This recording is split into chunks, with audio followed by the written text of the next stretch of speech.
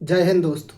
भारत की आज़ादी के साथ एक सपना जन्म लेता है, लेकिन उसी सपने के साथ बहुत सारे सवाल भी खड़े होते हैं। 1947 में जब देश आज़ाद हुआ, तब भारत एक नया राष्ट्र नहीं था, बल्कि एक बिखरा हुआ भूभाग था।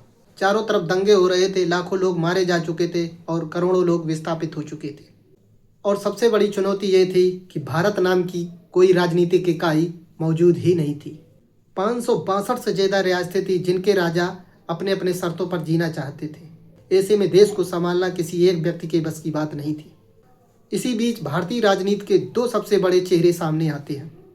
नाम था सरदार वल्लभ भाई पटेल और जवाहरलाल नेहरू का। दोनों आज़ादी की लड़ाई के नायक थे और महात्मा गांधी के सबसे करीबी माने जाते थे, और दोनों ही भारत को लेकर बहुत ही गंभीर थे। लेकिन इन दोनों की सोच, काम करने का तरीका और भारत को देखने का नज़रिया अलग था। जवाहरलाल नेहरू एक पढ़े लिखे और अंतर्राष्ट्रीय सोच रखने वाले नेता थे। वे भारत को आधुनिक, वैज्ञानिक और लोकतांत्रिक राष्ट्र के रूप में देखना चाहते थे। उनका मानना था कि भारत को अंतर्राष्ट्रीय मंचों से जोड़ना चाहिए और अंतर्राष्ट्रीय मंच पर अपनी स्थिति को मजबूत करना चाहिए। जवाहरलाल नेहरू समाजवाद की ओर झुके हुए थे और उनका मानना था कि सरकार को अर्थव्यवस्था में बड़ी भूमिका निभानी चाहिए। दूसरी तरफ सरदार वल्लभ भाई पटेल थे, जिन्हें बाद में लौह पुरुष की संज्ञा दी गई। पटेल बेहद व्यवहारिक थे और उन्हें आदर्शों से ज़्यादा जमीन पर नतीजों की चिंता थी। वे कानून व्यवस्था और प्रशासन को किसी भी कीमत पर मजबूत रखना चाहते थे। उन्हें पता था कि अगर देश को एकजुट नहीं किया तो ये आज़ादी ज़्यादा दिन टिक नहीं पाएगी। और यहीं से शुरू होते हैं दोनों के बीच मतभेद, और मतभेद विचारों के थे, इरादों के नहीं। पटेल चाहते थे कि रियासतों के साथ सख्ती बरती जाए और ज़रूरत पड़े तो ताकत का भी इस्तेमाल किया जाए। वहीं नेहरू बातचीत, सहमति और अंतर्राष्ट्रीय छवि को ज़्यादा महत्व दे रहे थे। हैदराबाद, जूनागढ़ और कश्मीर जैसे मुद्दों पर फर्क साफ देखा जा सकता है।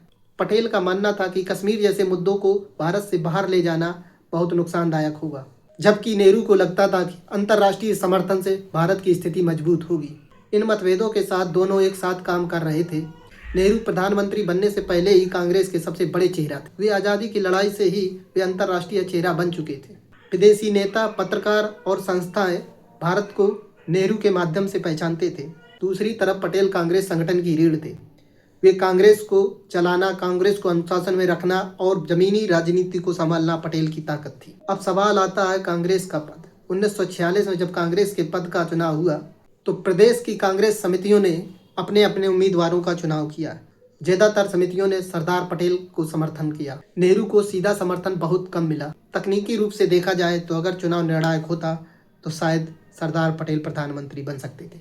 यहीं से आज का सबसे बड़ा विवाद जन्म लेता है।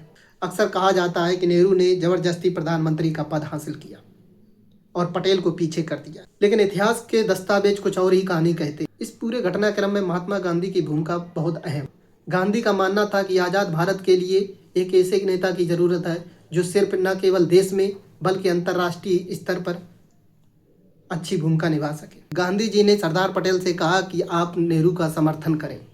यह एक आदेश नहीं था, बल्कि एक अपील थी, और यहीं से सरदार पटेल का कद और ऊंचा हो जाता है। उन्होंने ना कोई शिकायत की और ना ही किसी प्रकार का सार्वजनिक विरोध किया। उन्होंने स्वेच्छा से अपना नाम वापस लिया और नेहरू का समर्थन किया। बाद में उन्होंने देश के पहले गृह मंत्री और उप प्रधानमंत्री की भूमिका निभाई। अगर पटेल को लगता कि उनके साथ अन्याय हुआ है तो वे शायद विरोध कर सकते थे, लेकिन इतिहास में ऐसा कोई बयान, पत्र या दस्तावेज नहीं मिलता है जिसमें सरदार पटेल ने कहा हो कि नेहरू ने जबरदस्ती प्रधानमंत्री का पद छीना है।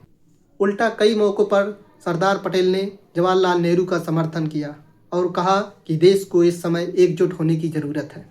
आज जब वर्तमान प्रधानमंत्री नरेंद्र मोदी और उनकी पार्टी के नेता जवाहरलाल नेहरू की आलोचना करते हैं और सरदार पटेल को अपना असली प्रधानमंत्री बताते हैं, तो इसके पीछे इतिहास से ज़्यादा राजनीति काम करती है। कांग्रेस की पूरी विरासत नेहरू से जुड़ी हुई है, इसलिए नेहरू की आलोचना कांग्रेस की आलोचना बन जाती है।